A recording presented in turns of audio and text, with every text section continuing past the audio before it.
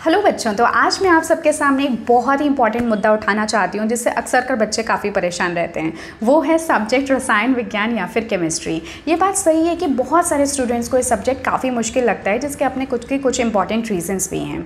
तो कई सारे रीज़न हैं, बट जिसमें पहला रीज़न मुझे लगता है कि ये केमिस्ट्री काफ़ी कॉम्प्लेक्स नेचर का है। यहाँ पर हम एटम्स, मॉलिक्यूल्स और उनके इंट्रैक्शंस को स्टडी करते हैं।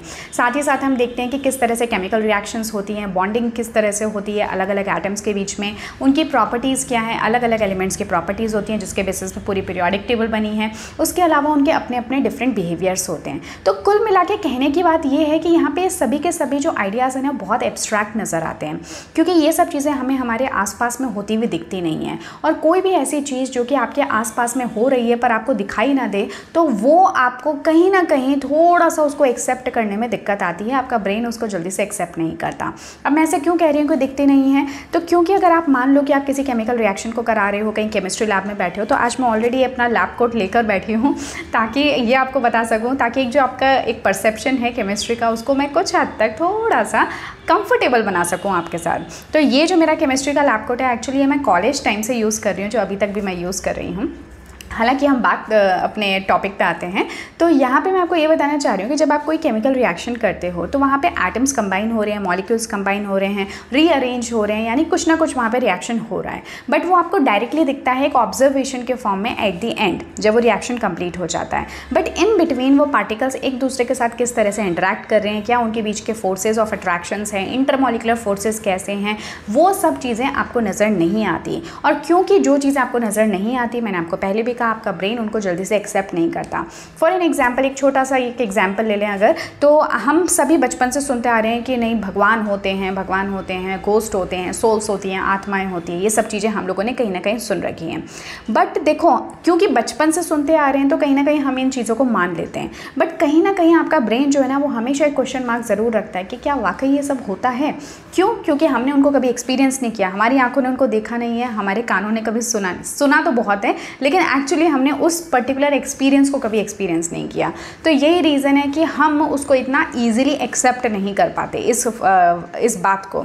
तो बिल्कुल इसी तरह से जो केमिकल रिएक्शंस हैं ना, उनमें भी रिएक्शंस हो रही हैं, जेन्युइनली हो रही हैं, बट क्योंकि आप उनको होते हुए देख नहीं पा रहे, जो भी कुछ केमिस्ट्री में हमारे अराउंड हो रहा है हम उसको देख नहीं पा रहे, हमारी आंखें उनको नहीं देख पा रही हैं, इस वजह से हम उनको जल्दी से एक्सेप्ट नहीं कर पाते। और यही मेन रीज़न होता है सारी कन्फ्यूजन का और डिसलाइकिंग का, कि क्यों आप लोग पसंद नहीं करते केमिस्ट्री को, राइट। उसके अलावा अगर आप देखो तो यहाँ पे काफ़ी सारी थ्योरेटिकल चीज़ें भी हैं, जैसे कि केमिकल इक्वेशंस को आप देखते हो, सिंबल्स को देखते हो, फार्मूलाज को देखते हो, जो आपको कई बार कंफ्यूजिंग लगते हैं, आपको समझ में नहीं आता कि किस इतने सारे सिंबल्स की कहाँ ज़रूरत है।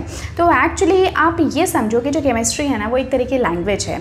जिस तरह से अगर आपको कोई लैंग्वेज सीखनी होती है, मान लेते हैं कि हम इंग्लिश की बात करते हैं, क्योंकि इंग्लिश इस देश में बहुत सारे बच्चों को बहुत मुश्किल लगती है और उनको लगता है कि इंग्लिश तो आना ही चाहिए, this is like a status symbol, तो इसलिए हम इंग्लिश की ही बात करते हैं। सो लेट्स से कि अगर इंग्लिश आप लोगों को सीखना है, इंग्लिश में आपको बहुत कॉन्फिडेंट होना है, तो जो सबसे पहला स्टेप आपके दिमाग में आता है वो क्या आप लोगों को एटलीस्ट जो सबसे बेसिक चीज़ है अल्फ़ाबेट्स, वो ज़रूर पता होनी चाहिए। उसके बाद में जो सेकंड स्टेप आता है कि आप ये जो अल्फ़ाबेट्स सीख जाते हो, तब उन अल्फ़ाबेट से किस तरह से वर्ड्स बनाते हैं वो सीखना पड़ेगा। फिर वर्ड्स को किस तरह से ग्रामेटिकली पुट करते हैं ताकि एक सेंटेंस बन सके, और फिर वो सेंटेंस मीनिंगफुल भी हो, तब जाके आप अपनी कम्युनिकेशन या अपनी राइटिंग पे या उस लैंग्वेज पे एक पकड़ बना सकते हो। एग्जैक्टली इसी तरह से अगर आपको केमिस्ट्री की लैंग्वेज को समझना है, तो केमिस्ट्री के अपने खुद के कुछ सिंबल्स होते हैं, कुछ फार्मूलाज हैं, इक्वेशंस हैं, जिनके तरह हम उनको रिप्रेजेंट करते हैं। अभी मैंने आपसे कहा कि केमिस्ट्री के में जो भी कुछ है वो एक्चुअली आपको नज़र नहीं आ रहा। एटम्स, मॉलिक्यूल्स आपको नज़र नहीं आते इंडिविजुअली, जो आपको दिखता है वो एक मैटर है। इसी तरह से केमिकल रिएक्शंस जब हो रही हैं तो वो किस तरह से पार्टिकल्स इंटरेक्ट कर रहे हैं वो आपको नज़र नहीं आता। तो अगर आपको ये सब चीज़ें समझनी है, उसके पीछे का रीज़न समझना है, तो उसके लिए ज़रूरी है कि आप उसको किसी तरह से रिप्रेजेंट करो, और रिप्रेजेंट करने का तरीका ही है केमिकल इक्वेशंस, उसका तरीका ही है सिम्बल्स। क्योंकि अगर मैं सोडियम बोलती हूँ तो सोडियम हो सकता है आप में से किसी ने देखा हो, किसी ने ना देखा हो। अगर मैं मैं बोलती हूँ यूरेनियम, यूरेनियम जो है उससे इलेक्ट्रिसिटी प्रोड्यूस की जाती है। तो यूरेनियम अगर मैं बोलती हूँ तो इवन मैंने भी कभी यूरेनियम नहीं देखा, बट जैसे ही मैं एक सिंबल लिखती हूँ यू, तो सब कुछ एकदम क्लियर हो जाता है। यूरेनियम की पूरी केमिस्ट्री मेरे दिमाग में एज इट इज सामने आ जाती है। तो ये ज़रूरी है सिंबॉलिक रिप्रेजेंटेशन, इक्वेशंस, फॉर्मूलाज, ठीक है। तो इनसे घबराओ मत, अगर उनको समझने की कोशिश करोगे तो आई थिंक ज़्यादा बेहतर होगा। अब आप कहोगे सिंबल्स को कैसे समझें, तो देखो यार कुछ चीज़ें तो हर लैंग्वेज में, हर सब्जेक्ट में आपको पता होनी चाहिए। जैसे कि अभी मैंने आपको इंग्लिश का एग्जाम्पल दिया था, अल्फ़ाबेट्स को याद करते वक्त ए के बाद बी क्यों आता है, आपने लॉजिक नहीं लगाया था, बी के बाद सी ही क्यों आता है, लॉजिक नहीं लगाया था। तो फिर यहाँ पे सिंबल्स में, इक्वेशंस में इतने लॉजिक क्यों लगाते हो। ये बस एक लैंग्वेज है जिसका फंडामेंटल पार्ट है जो आपको एज इट इज़ पता होना चाहिए। जब आप इन चीज़ों को सीख लेते हो तब जाके आती है आपकी लॉजिकल केमिस्ट्री, ठीक है। तो पहला फर्स्ट स्टेप तो कंप्लीट करो, उसके बाद में नेक्स्ट स्टेप पे जाना, राइट। उसके अलावा जो एक और बहुत इंपॉर्टेंट रीज़न मुझे लगता है कि बच्चों को डिफ़िकल्ट लगती है केमिस्ट्री, वो है इसके पीछे के मैथमेटिकल कैलकुलेशंस। हर वो स्टूडेंट जिसको कि मैथमेटिक्स डिफ़िकल्ट लगता है उसको लगता है कि केमिस्ट्री भी बहुत डिफ़िकल्ट है, क्योंकि यहाँ पे बहुत सारी मैथ्स हैं। स्पेशली अगर हम फिजिकल केमिस्ट्री की बात करें, वाकई मैथमेटिकल कैलकुलेशंस होती हैं। अगर आपको मोलर मासेस फाइंड आउट करने हैं, आपको केमिकल इक्वेशंस की बैलेंसिंग करनी है, आपको स्टोइशियोमेट्रिक कैलकुलेशंस करनी है, और भी बहुत सारी जगहों पर आप मैथमेटिकल कैलकुलेशंस को यूज़ करते हो। इंटीग्रेटेड रेट इक्वेशंस में हम कैलकुलस को यूज़ करते हैं। तो कैलकुलेशंस और मैथमेटिक्स जो है वो एक केमिस्ट्री का एक इंटीग्रल पार्ट है, इस चीज़ को मैं एक्सेप्ट करती हूँ। बट आप ये समझो, वो स्टूडेंट्स जो कि मैथमेटिक्स को काफ़ी डिफ़िकल्ट मानते हैं, मैथमेटिक्स में एक्चुअली बहुत कुछ है। मैथमेटिक्स भी एक बहुत वास्ट सब्जेक्ट है, बहुत सारी वर्सटाइल सब्जेक्ट हैं। बट अगर हम केमिस्ट्री की बात करें तो मैथमेटिक्स का बहुत एक छोटा सा एस्पेक्ट ही हम यहाँ पे यूज़ करते हैं। हम बहुत बेसिक मैथमेटिक्स को यूज़ करते हैं, हम बहुत बेसिक यहाँ पे कैलकुलस को यूज़ करते हैं, और बहुत बेसिक मैथमेटिकल ऑपरेशंस को आप यूज़ करते हो। तो आप ये मत समझो कि अगर मैथमेटिक्स डिफ़िकल्ट लगती है तो केमिस्ट्री भी डिफ़िकल्ट लगेगी, नहीं, ऐसा बिल्कुल भी नहीं है। बस बहुत बेसिक मैथमेटिक्स आपको आनी चाहिए। और ना सिर्फ मैथमेटिक्स, केमिस्ट्री समझने के लिए, क्योंकि केमिस्ट्री एक सेंट्रल सब्जेक्ट है, तो उसके लिए आपको थोड़ा बहुत बायो का भी नॉलेज होना चाहिए, आपको थोड़ी बहुत फिजिक्स की भी नॉलेज होनी चाहिए, आपको थोड़ी बहुत मैथ्स की भी नॉलेज होनी चाहिए। इसी वजह से हम केमिस्ट्री को कहते हैं कि integral part of all the subjects. Her multidisciplinary science subject में केमिस्ट्री ना हो ऐसा पॉसिबल ही नहीं है। Chemistry is a central core subject. तो इससे भागने का मतलब है बाकी दूसरे सब्जेक्ट्स पे भी अपनी पकड़ को कम करना। तो बिल्कुल ही आप अपने दिमाग से निकाल दो कि केमिस्ट्री को आप अवॉइड कर सकते हो, नहीं कर सकते, ठीक है। लॉजिकली तो नहीं कर सकते। उसके अलावा एक और जो कारण मुझे नज़र आता है जो बच्चों को केमिस्ट्री डिफ़िकल्ट लगती है, उसका कारण है कि वो बहुत वास्ट लगता है उनको ये सब्जेक्ट। उन्हें लगता है कि यहाँ पे काफ़ी कुछ मेमोराइज करने का है, बहुत कुछ लर्न करने का है, रिमेंबर करने का है, जो कि वो परसीव नहीं कर पाते, याद नहीं रख पाते ज़्यादा लंबे टाइम तक। काफ़ी सारे फॉर्मूलाज हैं, केमिकल रिएक्शंस हैं, प्रॉपर्टीज़ हैं, पीरियोडिक ट्रेंड्स हैं, और पीरियोडिक ट्रेंड्स के ऊपर उनके एक्सेप्शंस हैं। बट अगेन वही बात, देखो यार, जो केमिस्ट्री है ना वो हमें नेचर से मिली है, राइट। केमिस्ट्री ऐसी चीज़ नहीं है, केमिकल्स ऐसी चीज़ नहीं है जिनको कि आपने पहले दिन से बैठ के लैब में बनाना स्टार्ट किया था। ये कोई मैन मेड सब्जेक्ट नहीं है। सब्जेक्ट मैन मेड है, उसमें पढ़ा किस तरह से जा रहा है वो सब कुछ ह्यूमन मेड है। बट एक्चुअली जो ये केमिकल्स हैं, ये एनवायरनमेंट को स्टडी करना, हमारे आसपास के मैटर को, एनर्जी को स्टडी करना, ये सब ने कुछ कहीं ना कहीं हमें नेचर से मिल रहा है। तो एक्चुअली केमिस्ट्री को आप पढ़ते किस तरह से हो, पहले आपने नेचर से कुछ चीज़ों को इकट्ठा किया, उनको स्टडी किया, उन पर रिसर्च किया, फिर उनके बेसिस पे अपनी थ्योरीज बनाई, हाइपोथेसिस बनाई, और उसको फिर आपने अप्लाई किया इन डिफरेंट एप्लीकेशंस। समझ रहे हो। जबकि जब मैथमेटिक्स की हम बात करते हैं तो मैथमेटिक्स पूरी तरह से एक ह्यूमन मेड है। पहले दिन से, पहले चीज़ से ही हमने उसको बैठ के बनाना स्टार्ट किया, और उसी के एप्लीकेशंस को हम अलग अलग जगहों पे काम कर रहे हैं। तो ये बिल्कुल एक ऑपोजिट तरीके से काम करते हैं। केमिस्ट्री को हम एनालाइज करते हैं, रिसर्च करते हैं, परसेप्ट करते हैं फ्रॉम नेचर, और उसके बेसिस पे हम हमारी थ्योरी को डिज़ाइन करते हैं। तो लाजमी है कि कोई चीज़ जब हम बाहर से ले रहे हैं, जब उसके रूल्स बाहर की चीज़ों की वजह से आ रहे हैं, तो कहीं ना कहीं वहाँ पे आपको एक्सेप्शंस भी देखने को मिलेंगे, वहाँ पे कहीं ना कहीं फ्लक्चुएशंस, डाइवर्जन्स सब आपको देखने को मिलेगा। बट क्योंकि केमिस्ट्री इतनी वास्ट है, इतने बड़े यूनिवर्स में अगर हर चीज़ को जो यूनिवर्स में मौजूद है उसको मुझे दो पार्ट में डिवाइड करना पड़े, तो मैं या तो उसको मैटर कहूँगी या फिर एनर्जी कहूँगी। मैटर को तो ऑब्वियसली आप केमिस्ट्री में पढ़ते ही पढ़ते हो। हर जो चीज़ आपको दिखाई देती है, हर वो चीज़ जो आप देख सकते हो, महसूस कर सकते हो, या नहीं भी कर पा रहे हो, वो भी मैटर ही है। उसके अलावा जो दूसरी फॉर्म होती है वो है एनर्जी, और एनर्जी को भी आप केमिस्ट्री में पढ़ते हो। तो एक तरीके से आप पूरे यूनिवर्स को पढ़ रहे हो जब आप केमिस्ट्री पढ़ रहे हो। इतने बड़े यूनिवर्स में थोड़े बहुत मामूली छोटे मोटे एक्सेप्शंस, इतना तो बनता है, राइट। तो इसलिए अगली बार केमिस्ट्री पढ़ते वक्त थोड़ा सा लिबरल होकर चलना। बिल्कुल एक बार में ऐसा मत बोल देना कि केमिस्ट्री तो बेकार है क्योंकि इसमें एक्सेप्शन है, इसके कोई अपने पैटर्न नहीं है। पैटर्न हो भी नहीं सकता। अब आपको इसका रीज़न पता है क्यों। एक और जो रीज़न है कि क्यों बच्चों को केमिस्ट्री डिफ़िकल्ट लगती है वो है इसका laboratory work, lab work, experiments, lab procedure. जो लैब में करते हो उस डाटा को एनालाइज करना, उस एनालिसिस के बेसिस पे कंक्लूजन बनाना, उसके लिए बहुत ज़्यादा डिटेलिंग और प्रिसीजन की ज़रूरत होती है। मिस्टेक्स होने के चांसेस बहुत रहते हैं क्योंकि अगेन केमिस्ट्री में जब आप एक केमिस्ट्री लैब में उतरते हो और केमिकल रिएक्शंस करते हो, देखो ऑलरेडी आज मैं आप लोगों के लिए इसी फॉर्मेट में आई हूँ एक्चुअली। तो ये मेरा लैब कोट है जो कि मैं कॉलेज टाइम से एक्चुअली यूज़ कर रही हूँ, तो अभी तक भी मैं इसको यूज़ कर रही हूँ इस लैपटॉप को, लैब कोट को। तो बेसिकली कहने का मेरा यहाँ पे मतलब ये है कि जब आप किसी केमिकल रिएक्शन को करते हो केमिस्ट्री लैब के अंदर, तो वहाँ पे बहुत छोटी छोटी डिटेलिंग्स पे आपको ध्यान देना होता है। जैसे कि आसपास की कंडीशन कैसी है, टेम्परेचर कैसा है, प्रेशर कैसा है, रिएक्शन के दौरान आपको इनर्ट एटमॉस्फेयर रखना है कि नॉर्मल एयर के अंदर भी अगर एक्सपोजर होगा तो कोई प्रॉब्लम नहीं आएगी। कितने टाइम के लिए आपको इस रिएक्शन को करना है, कहीं आपकी रिएक्शन रिवर्सिबल है तो नहीं है, तो उसमें आपको ली-चार्टलियस प्रिंसिपल को यूज़ करना पड़ेगा ताकि ज़्यादा से ज़्यादा यील्ड फॉर्म कर सको। कहीं आपके आसपास के एटमॉस्फेयर में बहुत ज़्यादा मॉइस्चर तो नहीं है, या फिर ड्राइनेस में ही ये रिएक्शन होनी चाहिए या मॉइस्चर में भी हो जाएगी। ऐसे n नंबर ऑफ आपका सोल्यूशन जो है वो कहीं डाइल्यूट तो नहीं है, कॉन्सेंट्रेटेड ही है क्या, अगर कॉन्सेंट्रेटेड है तो कितना कॉन्सेंट्रेशन का है।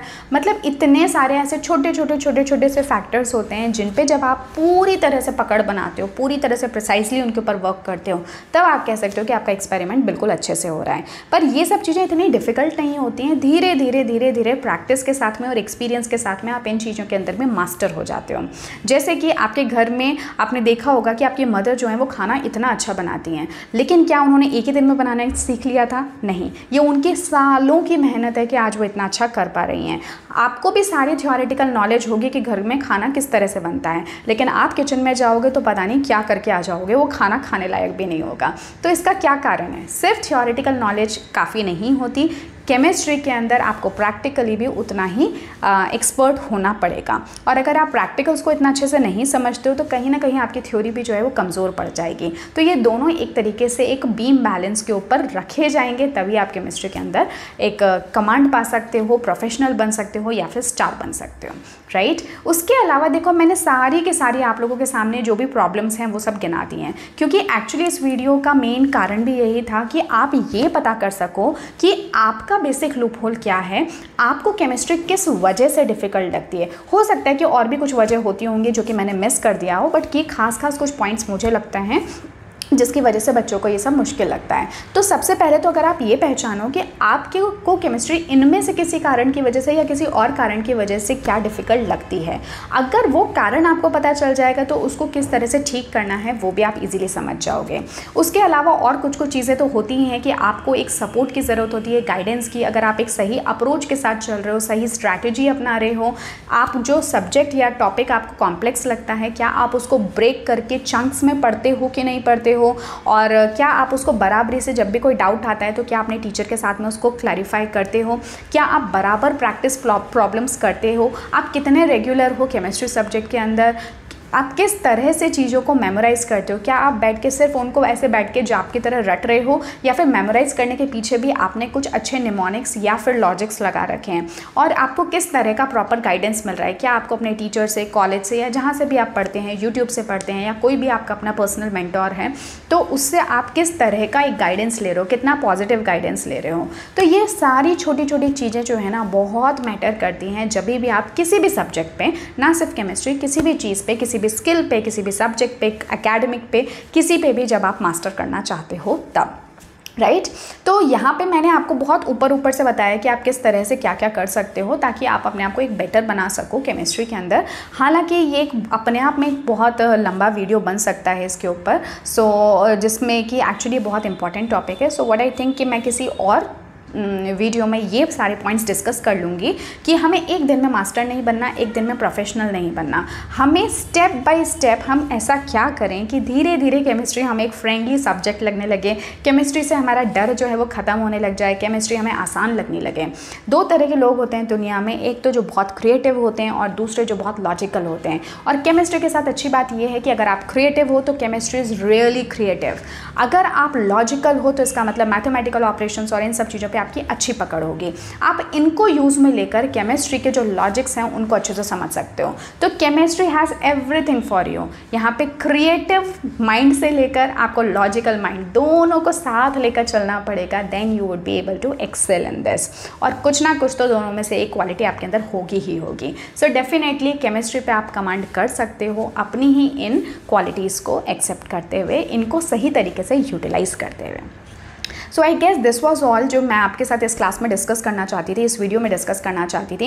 एट द एंड मैं आपको बस एक एक्स्ट्रा टिप देना चाहती हूँ, and extra tip is this: slow and steady wins the race, यानी कि रेगुलरिटी। आप रेगुलर रहो अपने सब्जेक्ट के साथ में।